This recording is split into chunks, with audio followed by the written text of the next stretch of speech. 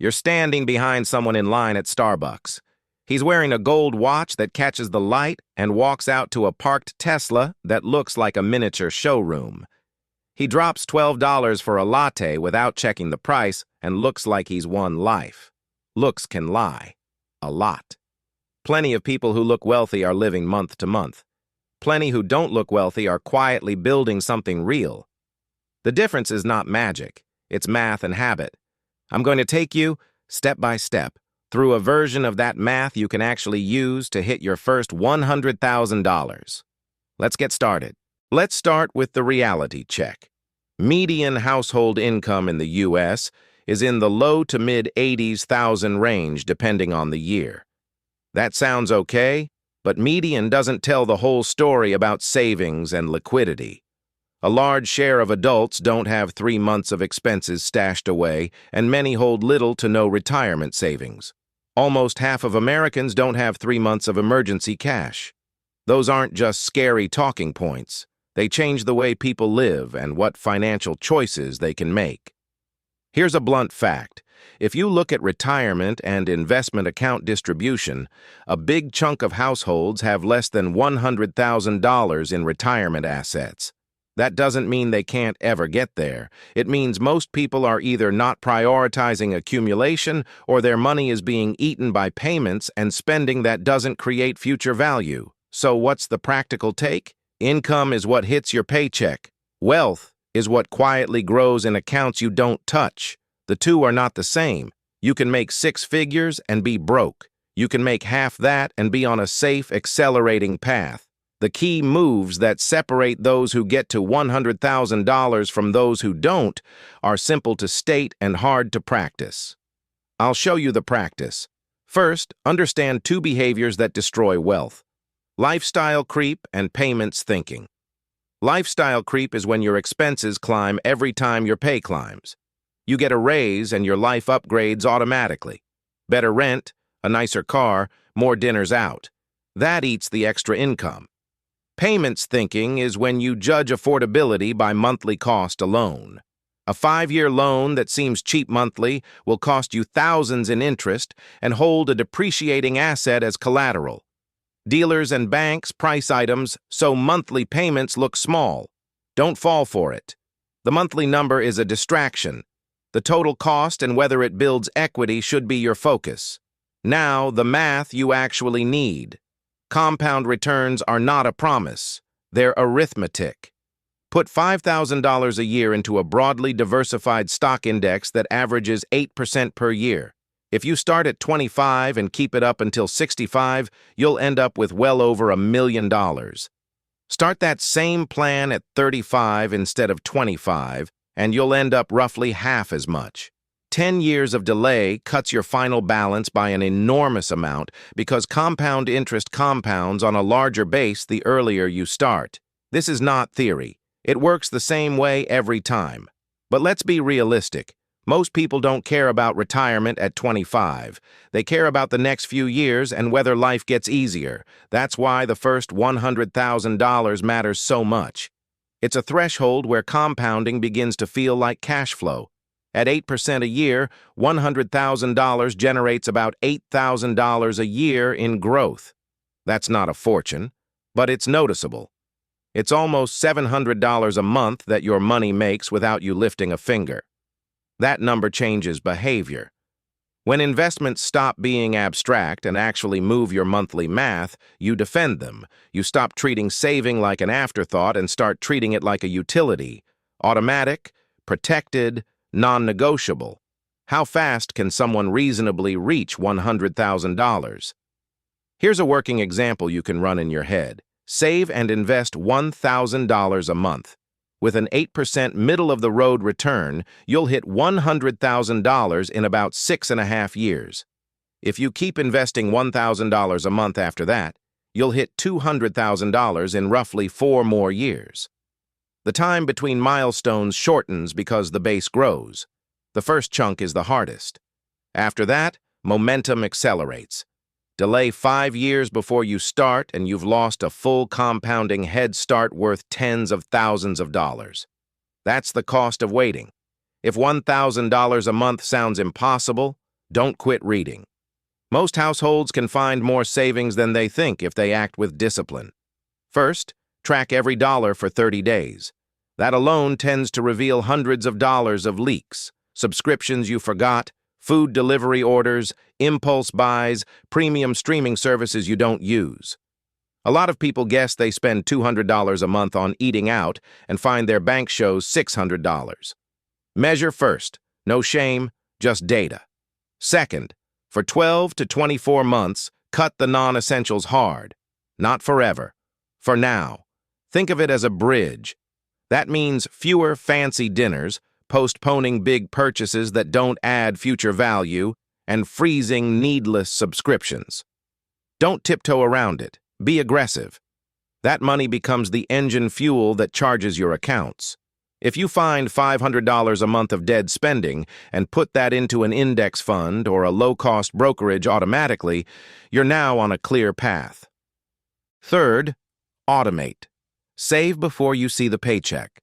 Set up transfers so money lands in a high-yield savings for emergencies and in a brokerage or retirement account for growth. If the money is moved automatically, you don't need willpower every month. You also remove the temptation to treat your raise as free spending money. Increase the amount you save every time you get a raise. Even adding 1% or 2% of every raise compounds over time. Fourth, build a small emergency fund so you don't derail the plan when life happens. Start with $1,000 to handle small shocks, then aim for 3 months of essential expenses. Why 3 months? Because predictable things happen. The car needs a repair, the laptop dies, a family obligation appears. An emergency fund prevents selling investments at the worst possible time, and yes, you will want to touch your investments when the market dips. Don't. That's how people lock in losses. The emergency fund is your shock absorber. Fifth, increase your earning power on the margin. Salary matters, but it's less decisive than how you use it. Still, boosting your income by 10 to 30% makes the saving math easier. Shift jobs, ask for raises, learn a skill that pays more than your current rate, or take on targeted freelance work that doesn't burn you out. The goal is not to work 3 jobs forever. The goal is to reallocate your time so your primary income can sustain a higher savings rate without destroying your life. Invest in skills that scale. Now let's be tactical about money allocation. Start with a split that makes sense for you. Enough in a liquid, high-yield savings account to cover short-term shocks, and the rest into low-cost, broadly diversified funds. For most people, the simplest and highest probability path is to put excess money into a total market or large-cap index fund and leave it there. Market timing and picking winners rarely beat simple consistency. If you want tax shelter, max out employer-matched retirement accounts first. Employer matches free money. Capture it immediately. You'll face psychological traps. There will be social pressure. Friends will post vacations and new cars. Influencers will show a life full of purchases and call that success. It's intentional design. Every ad and feed scroll nudges you to spend. You will need to accept being the odd one out for a while. That's okay. The oddity dies when your account balance starts to do the talking. Let's talk about the performance versus ownership split. The person with a flashy watch and a leased car is often performing success. They want others to perceive them as wealthy. Performance costs real money. Leasing, financing, and paying premium for appearances drain capital. Contrast that with someone who drives a dependable older car, buys fewer clothes, and uses the difference to buy assets. They won't get the same immediate social feedback, but their balance sheet will speak louder over time. Here are the exact moves to start the accumulation phase and get to $100,000 as quickly as possible. 1. Know your starting point. Total up cash on hand, retirement balances, brokerage accounts, and any liquid investments. Don't include home equity for this threshold, unless you plan to leverage it wisely. Home equity is real wealth, but not as liquid or predictable as a diversified investment account. 2. Freeze and trim. For 12 months, eliminate non-essential recurring costs. Cancel subscriptions you don't use. Cut dining out frequency by at least half.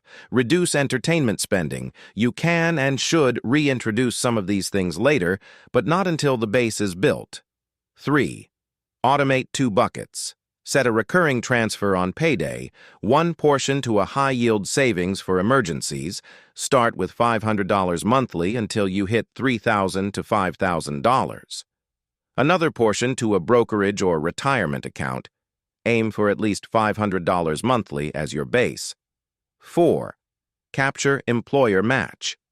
If your job offers a 401k match, contribute enough to get the full match. Do this before anything else. It's an immediate return on your money. 5. Increase savings with raises. When you get a pay bump, allocate 50% of the increase to saving. If you get a $1,000 raise, add $500 to savings. Your lifestyle shouldn't eat the whole raise. 6. Minimize interest costs. Pay off high-interest debt as fast as possible. Credit card rates above 15% are a wealth killer. Holding a balance while trying to invest is often a negative-sum game. Fix the leakage first. 7. Choose low-cost investments. Expense ratios matter. A 0.05% fee over decades beats a 0.7% fee. Index funds and ETFs are cheap, simple, and effective. If you want to diversify beyond equities, consider a modest allocation to bonds or real estate exposure, but don't overcomplicate early on. Expect friction. Expect boredom.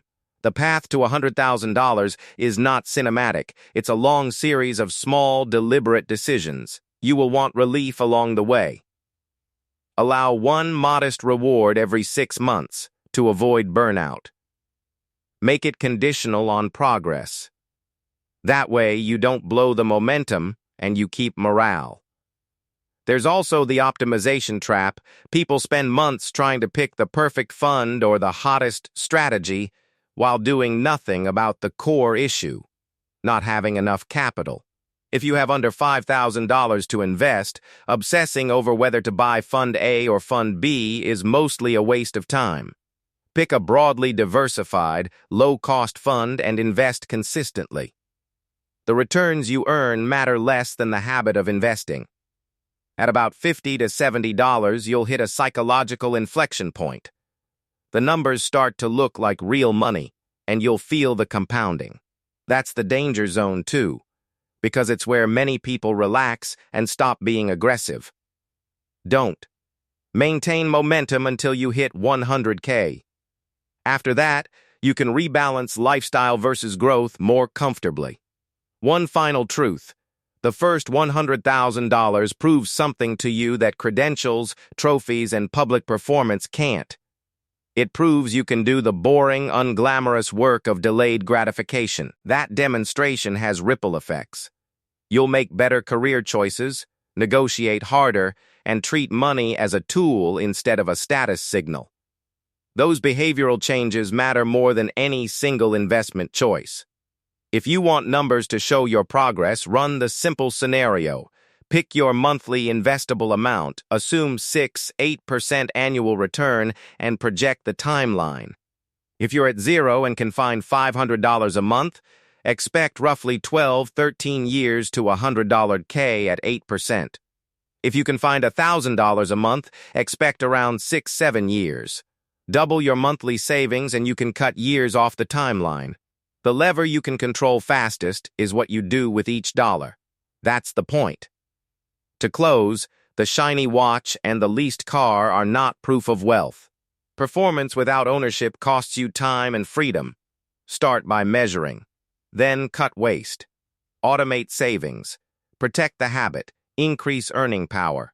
Avoid high-interest debt. Choose low-cost diversified investments. Keep going through the boring middle. Get to $100,000 and let compounding take over. Once you've done it once, you'll know you can do it again. That knowledge is worth more than the number. It buys you options. It buys you time. It buys you the real kind of freedom that doesn't need a photo in line at Starbucks to prove it. If you found this video helpful, make sure to hit that like button, Subscribe for more financial tips and turn on notifications so you never miss a strategy that can grow your wealth. Drop a comment below with your biggest money goal. We'd love to hear it.